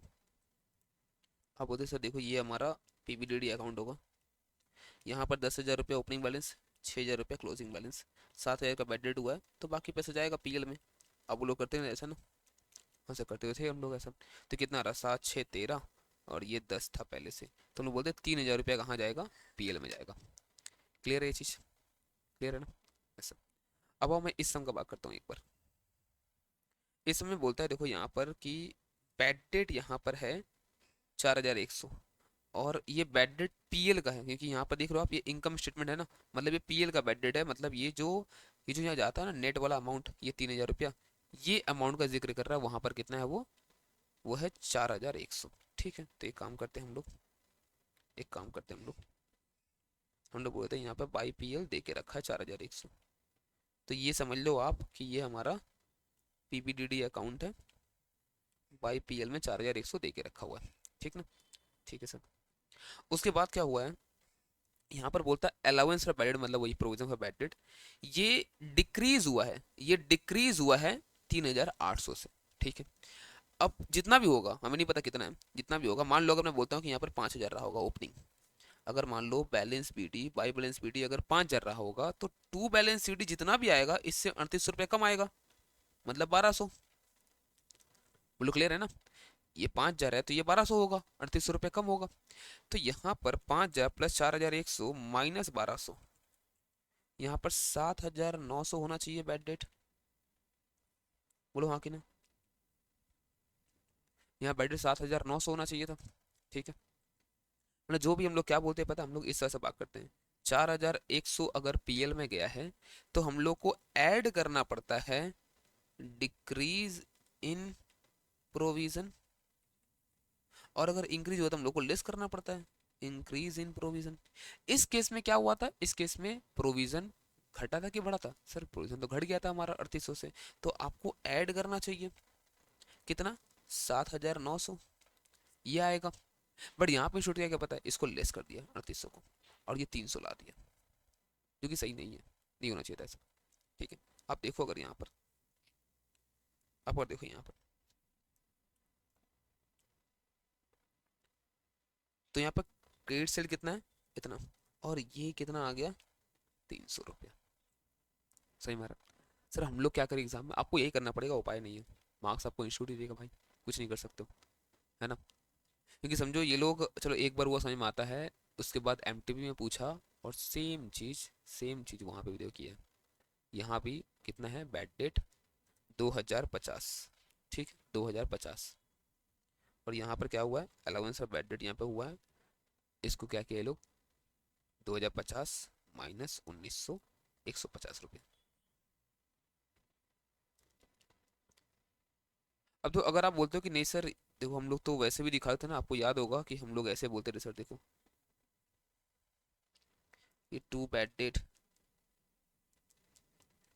टू न्यू जो प्रोविजन हमारा आता था, और बाई हम लोग यहाँ हटाते भी थे ना, हाँ एकदम करते थे हम लोग ऐसा। तो अगर ऐसा मानते हो तो फिर तो यही बैड डेट है, फिर तो बात खत्म करो। तो जो आपने दे रखा है बैड डेट, जो आप यहाँ पर दे रखे हो बैड डेट ना सब में, फिर यही होगा खत्म। बट फिर अगर ऐसा, अगर सच में है, अगर सच में ऐसा है तो फिर उसका एडजस्टमेंट कहाँ है प्रोविजन का, और इनकम स्टेटमेंट में दिखाया, इसका मतलब क्या, डायरेक्ट दिखाया, इसका मतलब क्या बता, कि यहाँ पर हम लोगों को एडजस्ट करके दिया वो 4100, वही वाला आइटम है जो बाई पीएल दिखाते हैं हम लोग। और अगर आपका प्रोविजन अगर घटा है तो फिर आपका बैड डेट एक्चुअल में ज़्यादा हुआ है। ठीक है, ये समझो क्यों ऐसा होता है, समझो हम लोग बोलते हैं क्या, समझो कि आप ध्यान समझना, ठीक है, हमारा प्रोविजन तो घट रहा है 3800 से, हमारा प्रोविजन घट रहा है 3800 से, ठीक है, फिर भी हम लोग को पीएल में ट्रांसफर करना पड़ रहा है, मतलब पीएल से हम लोग को निकालना पड़ रहा है 4100। आप सोचो अगर आपका प्रोविजन घट रहा है तो फिर तो आप डालो ना भाई पीएल में पैसा, वापस करो आप, सेंस है कि नहीं बताओ आप। मैं अगर बोलता हूँ कि मेरा प्रोविजन तो घट रहा है, देखिए आपने प्रोविजन कहाँ से बनाया था, पीएल से, तो पीएल में पैसा वापस करो, फिर भी पीएल से निकाल रहे हो आप क्यों, देखिए बोलता नहीं देखो प्रोविजन तो घटा बट एक्चुअल बैलेंस ज्यादा हो गया ना। तो प्रोविजन भले ही हमारा आपको दिख रहा है यहाँ पर 3800 यहाँ पर घट गया है, बट बैलेंस ज्यादा हो गया है, इसीलिए हमें 4100 ट्रांसफर करना पड़ रहा है। तो कितना बैड हुआ, तो मतलब इसका मतलब 7900 बैड हुआ। आप सोचो, इमेजिन करो, अगर प्रोविजन मेंटेन ही नहीं होता तो सीधा 7900 गया होता पीएल में, हाँ कि ना, गया होता ना पीएल में 7900। बट ये कैसे बच गया, ये इसलिए बचे कि प्रोविजन का पैसा वापस हो गया, मतलब थोड़ा कम देना पड़ गया, इसलिए 4100 खाली गया है, इसको ना एक्चुअल बैलेंस ज्यादा ना हुआ है। क्लियर है चीज। तो अब जो यहाँ पर समझो, जो यहाँ पर पैसा क्रेडिट सेल हुआ है उसमें से तो बैड डेट ही हो गया 7900, बट एज पर इंस्टीट्यूट हम लोग कितना करना है उसको 300 करना, आई थिंक ना, ये रहा 300। और फिर डिक्रीज इन अकाउंट रिसीवेबल, मतलब पैसा घटा तो वो भी तो पैसा आया होगा, जैसे 14,300 यहाँ घटा है, देखो यहाँ पर, आप अगर देखो यहाँ पर अकाउंट्स रिसीवेबल कहाँ, ये रहा 14,300 घटा है, इसका मतलब क्या होगा, मान लो, मान लो ओपनिंग जो आपका डेटर होगा वो 1,14,300 होगा, तो क्लोजिंग कितना होगा, खाली 1 लाख होगा, ये ना होगा, 14,300 घट गया है। और यहाँ पर, यहाँ पर आपका सेल कितना हुआ है, 2,27,780, तो ये सर हमारा क्रेडिट सेल है, और माइनस 300 बैड डेट। अब आप कर लो, आपको कलेक्शन मिल जाएगा, वही कलेक्शन यहाँ पर दिखा रहा है। ठीक है, चलो अब क्या होना चाहिए मैं बता दिया आपको, और क्या करना है वो भी आपको मैं बता दिया आपको, अभी आप इंस्टीट्यूट के हिसाब से करोगे, उपाय नहीं है। ठीक है, चलो और बढ़ते आगे। बोला merchandise purchase during the year कितना, 1,84,000 ऑन क्रेडिट, तो हम लोग परचेज किए हैं क्रेडिट में 1,84,000 रुपये। तो अगर आप परचेज के क्रेडिट में इतना, ठीक है, तो क्रेडिटर अकाउंट जब बनेगा क्या होगा बताओ, आपका परचेज हुआ ना, तो 1,84,000 बाई परचेज आपने दिखा दिया। अब क्रेडिटर का बैलेंस चेक करो अगर आप, तो अकाउंट्स पेएबल जो है वो 11,300 से बढ़ा है, अकाउंट्स पेएबल 11,300 से बढ़ा है, मतलब ओपनिंग अगर 1 लाख रहा होगा तो क्लोजिंग 1,11,300। ठीक है, अब देख लो कितना पेमेंट हुआ है, तो इसका मतलब समझो क्या होता है, 284 माइनस 1,11,300, 1,72,700 ही पेमेंट हुआ होगा इस बार। और ऐसे भी समझ जाओ आप कि देखो 1,84,000 का परचेस तो हुआ है, बट क्रेडिटर हमारा घट गया है, यहाँ पर घटे बढ़ा, बढ़ गया ना, हाँ बढ़ गया। इसका मतलब हम लोग पेमेंट पूरा नहीं किए, हम लोग पेमेंट कम किए, तो क्रेडिटर बढ़ गया हमारा। अगर आप पूरा पेमेंट करते हो क्रेडिटर घटता ना, आपने नहीं किया तभी तो क्रेडिटर बढ़ा है, तो मतलब पेमेंट कम हुआ है। तो 1,72,700 आप डायरेक्ट भी कर सकते हो, ऐसे अकाउंट बनाकर निकाल सकते हो, बट अकाउंट बना निकालने जाओगे टाइम ज़्यादा जाएगा, डायरेक्ट समझ जाओगे अच्छा रहेगा। 1,72,700 तो ये देखो आपका यहाँ पे पेमेंट हुआ होगा। इस साल सारा एक्सपेंसेस आपको करना है और बाकी सबका यहाँ पे दिया भी हुआ है। ठीक है, तो मुझे ये चीज़ मेनली समझाना था, ये बैड डेट वाला। ठीक है, तो सही मैंने क्या आपको बताया है, बट जो इंस्टीट्यूट कर रहा है वही करना अभी मार्क्स पाने के लिए। ठीक है, तो इसी के साथ हमारा कैश फ्लो भी होता है पूरा पूरा कंप्लीट। बस एक मुझे थ्योरी समझाना है यहाँ पर, एक बैंक ओवरड्राफ्ट का, क्योंकि एमसीक्यू में आ सकता है ये।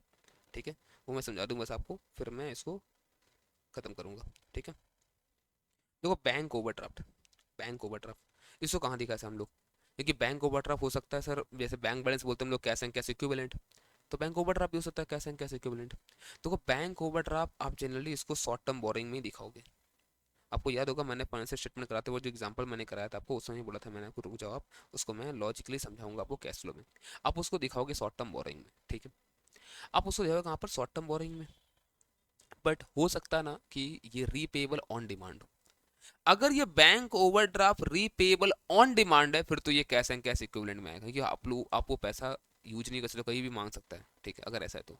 बट जनरली ऐसा होता नहीं है, हम लोग बोलते हैं शॉर्ट टर्म बोरिंग में ही जाएगा, कुछ नहीं बोलता आप मानना, शॉर्ट टर्म बोरिंग में जाएगा। अगर एमसी को देकर पूछ लेता आपसे कि नहीं बताओ कहाँ जाएगा, अगर रीपेबल ऑन डिमांड है, फिर आप बोलना कि नहीं वो कैश एंड कैश इक्विवेलेंट में ही दिखेगा। ठीक है, देखो यहाँ bank borrowings are generally considered to be financing activity. However, where bank overdraft are repayable on demand, it will be considered as component of cash and cash equivalent. Otherwise, हम लोग इसको financing activity मान के short term borrowing हम लोग consider करेंगे। तो क्या करना, आप ट्रेड करना बैंक ओवरड्राफ्ट को या short term borrowing he, in absence of any information, कुछ नहीं बताया तो आप मानना कि ये हमारा शॉर्ट टर्म बोरिंग में ही जाएगा। ठीक है, चलो नेक्स्ट क्लास में हम लोग स्टार्ट करने वाले हैं बैंकिंग कंपनीज, तो यहाँ तक आप सन्स प्रैक्टिस करके रखो, नेक्स्ट क्लास में बैंकिंग कंपनी आपको मैं स्टार्ट कराऊंगा। चलो बाय बाय।